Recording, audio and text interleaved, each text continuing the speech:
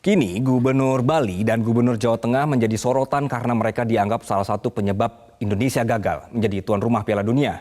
Di awal-awal, para kepala daerah ini disebut sudah menandatangani kesepakatan kesediaan wilayahnya menjadi lokasi Piala Dunia. Namun mereka justru memprotes saat Israel lolos dan mengakibatkan FIFA membatalkan Indonesia. Publik kini geram akibat penolakan sepihak ini. Gagal satu Indonesia.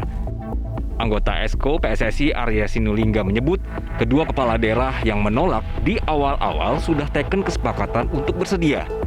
Yang pasti Bang, ini sama kayak orang menikah Bang. Ya. Pada saat kita ngobrol, ada perjanjian pranikah Bang. Ya. Sudah kita tanda tangani. Sudah tanda tangani semua nih. Sudah setuju. Sudah setuju semua. Ya. Pas pada itu saat waktu itu termasuk nggak ke Gubernur Bali dan Jawa Tengah ikut tanda tangan? ikut tanda tangan. Ikut tanda tangan. Semua tanda tangan, nggak ada yang nolak. Ya terus? Kemudian pas mau tunangan Bang, Ya. udah ditetapkan hari kapan tunangannya. Tahu-tahu? Tiba-tiba dikatakan, wah kita nggak mau karena ada tempatnya nggak bisa. Ya. Ya, pastilah perempuan ini marah Bang sama kita. Hal senada juga disampaikan Wali Kota Surakarta Gibran Rakabuming Raka yang heran kenapa muncul penolakan terhadap timnas Israel dari kepala daerah. Padahal menurut Gibran, sebelumnya kepala daerah sudah menandatangani persetujuan menjadi tuan rumah pada tahun 2021 lalu. Gibran menyebut seharusnya protes dilakukan jauh-jauh hari. Saya hanya menghormati perjanjian yang sudah ada, yang sudah ditandatangani kedua belah pihak.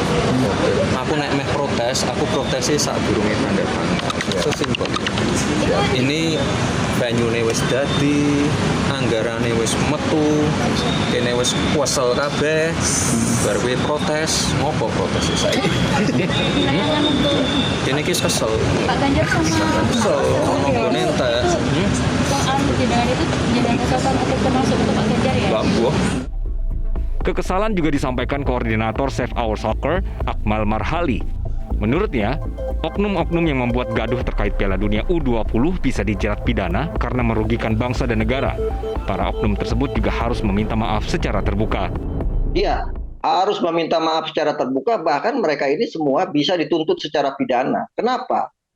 Karena mereka telah merugikan bangsa dan negara kita. Betapa banyak dana yang sudah digunakan untuk persiapan, infrastruktur, latihan, dan sebagainya. Betapa banyak harapan UMKM yang sudah menyiapkan segala macam bentuk souvenir yang akan mereka jual, akhirnya kehilangan kesempatan. Betapa banyak UMKM yang sudah berusaha untuk menyiapkan dagangan-dagangan mereka menyambut Piala Dunia, akhirnya mereka harus merugi.